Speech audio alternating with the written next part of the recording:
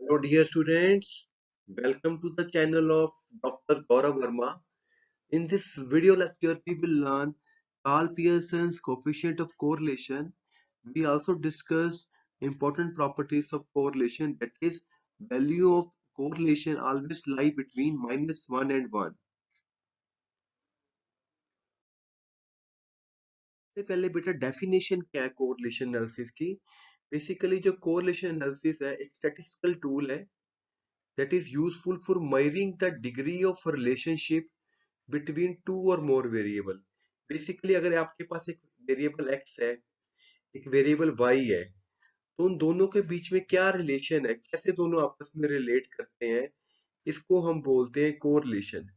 अगर x का जो है इफेक्ट y के ऊपर स्टडी किया जाए या y का इफेक्ट x के ऊपर स्टडी किया जाए कि दोनों में क्या रिलेशनशिप है, दैट इज कॉल्ड कोरिलेशन। जैसे मान लीजिए x है रेन। ओके, अगर हमारी रेन अच्छी होएगी तो डेफिनेटली जो हमारी पैडी की क्रॉप अच्छी होएगी, पैडी क्रॉप। तो F there is a good rain, there will be a good paddy crop. so x is a correlated with the y variable। so यहाँ पे पॉजिटिव कोरिलेशन है, जैसे जैसे रेन अच्छी होएगी वैसे वैसे हमारी क्रॉप भी अच्छी होगी। अगर रेन कम होएगी तो वो कम होएगी। तो there is a direct relationship between these two variables. तो एक पॉजिटिव कोरिलेशन होता है, एक होता है नेगेटिव कोरिलेशन। पॉजिटिव का मतलब जैसे जैसे x बढ़ेगा वैसे वैसे हमारा y बढ़ेगा। इसी तरह नेगेटिव कोरिलेशन होता है, अगर एक चीज बढ़ रही है तो दूसरी वो कम होएगी। ठीक है जी। तो अगर जैसे इन्फ्लेशन बढ़ रही है, महंगाई बढ़ रही है, तो पीपल्स की डिमांड कम हो जाएगी उस चीज को परचेज करने की। ओके, अगर किसी गाड़ी का प्राइस दिन पर दिन बढ़ता जा रहा है, ठीक है, तो definitely people will not purchase that particular गाड़ी। तो एक्स और वाई में अगर इस तरह का चीज हो, उसको बोलते हैं नेगेटिव कोरिलेशन। तो basically correlation analysis discuss relationship between two variables X and Y. तो यहाँ पे डेफिनेशन भी दी है आरओएम ने। Correlation analysis is a discussion of all degree of closeness relationship between two variables. तो यहाँ पे और डेफिनेशंस भी दी हुई है। Correlation is analysis of covariance between two variables. और मोर वेरिएबल, जरूरी नहीं कि दो ही वेरिएबल हो, ज्यादा वेरिएबल भी हो सकते हैं। जैसे मान लीजिए एक क्रॉप है, जैसे एक्स क्रॉप होगी आपकी, क्रॉप की यील्ड। ठीक है, अब ये क्रॉप की यील्ड रेन पे भी डिपेंड करती है, फर्टिलाइजर्स के ऊपर भी डिपेंड करती है, लेबर के ऊपर भी डिपेंड करती है। तो there are so many factor depending जिसके ऊपर ये क्रॉप यील्ड डिपेंड कर रही है। It will be multi correlation. ठीक है जी।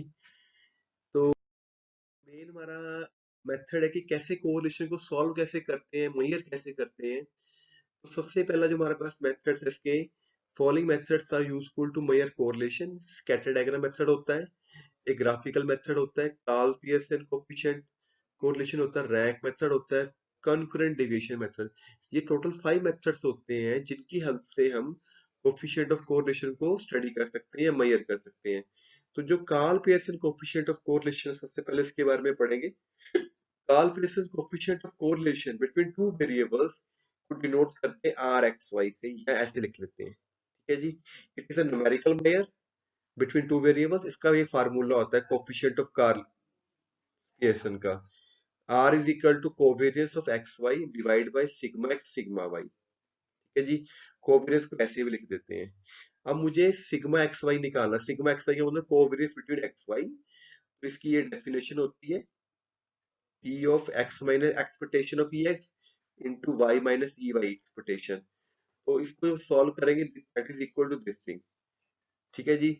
और सिग्मा एक्स स्क्वायर क्या होता है, वेरियंस। तो ये वेरियंस के फार्मूले लिखे हुए हैं हमारे पास। तो जब इसका अंडर रूट करेंगे तो इसमें पुट कर देंगे सभी वैल्यूज को। तो हमारा ये कोफिशिएंट ऑफ कोरिलेशन, पहले आपने पहले ये फार्मूला याद रखना है। ठीक है, इन चीजों को याद करने की जरूरत नहीं है। डायरेक्ट आप डायरेक्ट आप ये फार्मूला याद कर लीजिए सब बच्चे। ठीक है जी। ये फार्मूला है कोफिशिएंट ऑफ कोरिलेशन को निकालने का। अगर हम एक्स बार और वाई बार को यूज करते हैं, यानी कि क्वेश्चन में अगर हम एक्स बार और वाई बार मीन निकाल के रख ले, तो हम ये फार्मूला यूज करेंगे।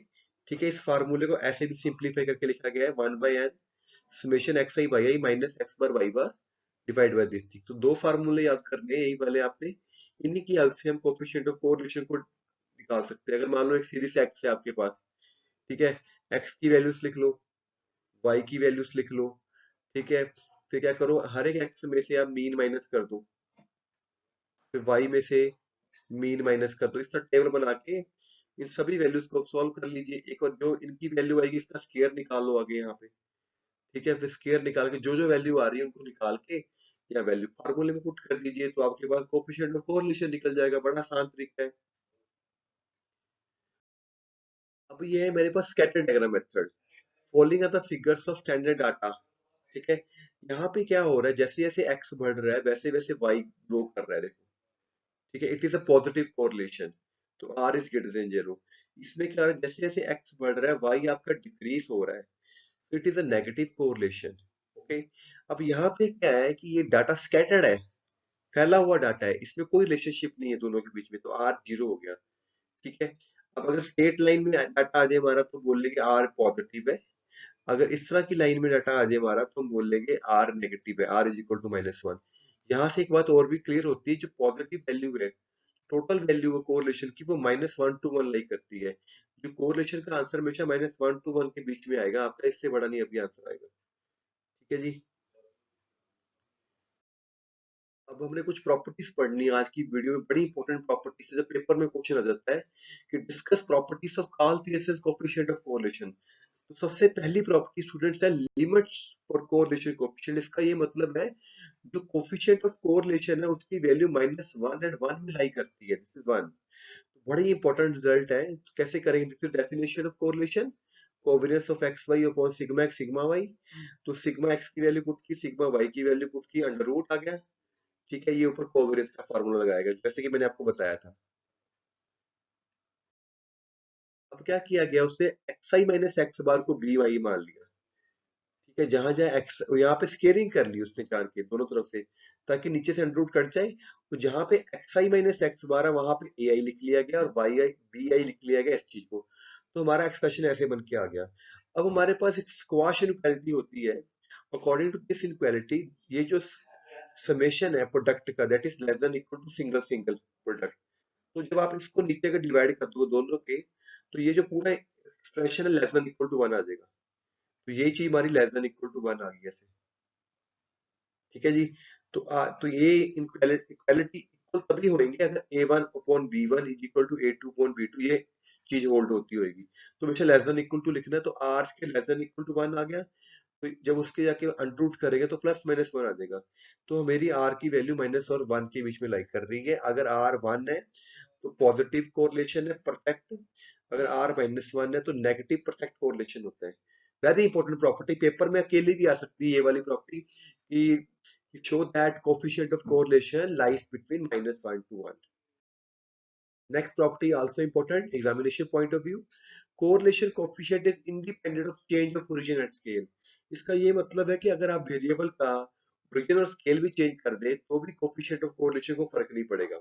मान लीजिए शुरू में मेरे पास एक्स वाई वेरिएबल है। ठीक है, एक्स वाई वेरिएबल है, इनका कोफिशिएंट ऑफ कोरिलेशन मेरा आर है। ठीक है, अब मैंने क्या किया, नए वेरिएबल डिफाइन किए। कैसे किए, एक्स में से ए माइनस कर दिया, डिवाइड बाय एच कर दिया, और y में से b माइनस करके डिवाइड बाय k कर लिया। इनको u और v मान लिया गया नए वेरिएबल्स को।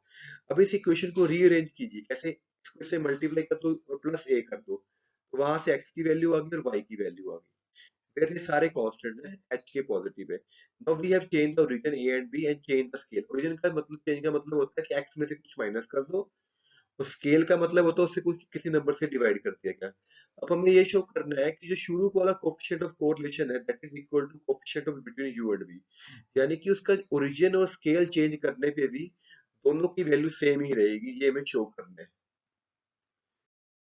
ठीक है जी, अब x मेरा ये मैंने डिफाइन कर लिया था वहां से, ये y। अब इसकी एक्सपेक्टेशन निकालो। तो जब दोनों तरफ e अप्लाई करोगे, यहाँ पे e, तो कांस्टेंट का तो e a ही रह जाएगा, h बाहर आ गया, e u बन गया। इसी तरह y पे जब e अप्लाई करोगे यहाँ पे दोनों तरफ e, एक्सपेक्टेशन, कांस्टेंट का वैसे रहेगा, ये ऐसे बन गया। अब मुझे बनाना है x माइनस ई एक्स, यानी कि इन दोनों को सब्ट्रैक्ट कर दो आपस में, a से a कट गया, तो ये चीज बन गई। इसी तरह इन दोनों को सब्ट्रैक्ट कर दो तो यहाँ से ये आ गया। ऐसा इसलिए किया गया क्योंकि मुझे कोवेरियंस ऑफ एक्स वाई निकालना है। ये डेफिनेशन होती है कोवेरियंस की, यहाँ पे इनकी वैल्यू पुट कर देगी, h के बाहर निकल के आ गया। बट इज दिस h के इनटू कोवेरियंस ऑफ यूवी, क्योंकि यूवी शेप में चला गया ये वाला। इसी तरह सिग्मा स्केयर निकालिए, उसका ये फार्मूला होता है, ऊपर से इसकी वैल्यू पुट करी गई ये वाली। ठीक है जी, एच स्क्वायर कॉमन आ गया, तो ये आपका बन गया बच्चों सिग्मा यूज करिए, ये यू का बन गया ना फार्मूला आपके पास।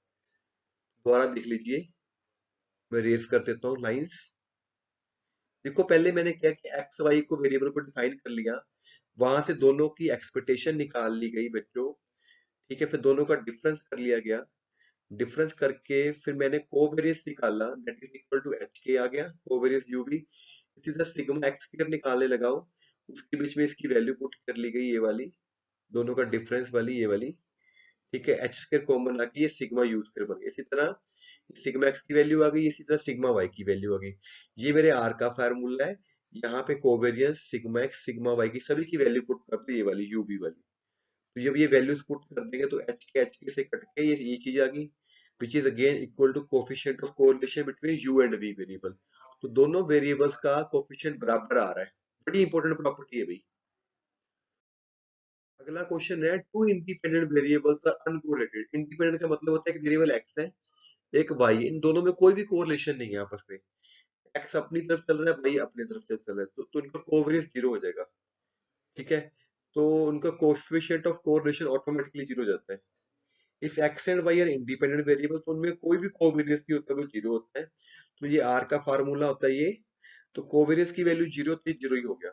इसका मतलब दोनों इंडिपेंडेंट वेरिएबल्स क्या हो गए, अनकोरिलेटेड। पर इस थ्योरम का कन्वर्स ट्रू नहीं है। कैसे? अगर टू अनकोरिलेटेड वेरिएबल्स हैं, जरूरी नहीं कि वो इंडिपेंडेंट ही हो।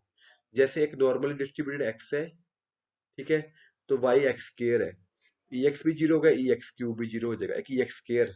ठीक है, तो इनका जब कोवेरियंस निकालने लगोगे तो ये फार्मूला ये भी होता है कोवेरियंस निकालने का। तो यहाँ पे y की वैल्यू x के पुट की आपने, तो ये एक्स क्यूब ही होएगा। ठीक है, तो ये जो भी जीरो है, ठीक है, r जीरो आ रहा है, पर यहाँ पे x और y अनकोरिलेटेड है, क्योंकि y is equal to X square, जैसे जैसे x बढ़ेगा y भी बढ़ेगा।